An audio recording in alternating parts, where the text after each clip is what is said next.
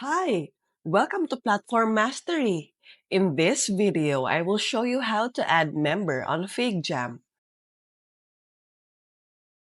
Click this icon and check the member of the team. To add a member on Figjam, click the invite button and then click on copy link. Input the email of the member that you want to invite and click send invite.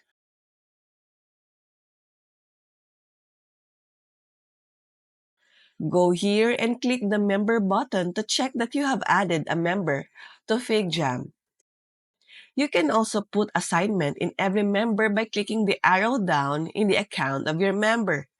And that's it. For more videos like this, hit the subscribe button and click the notification bell so that you get notified for our new uploaded videos.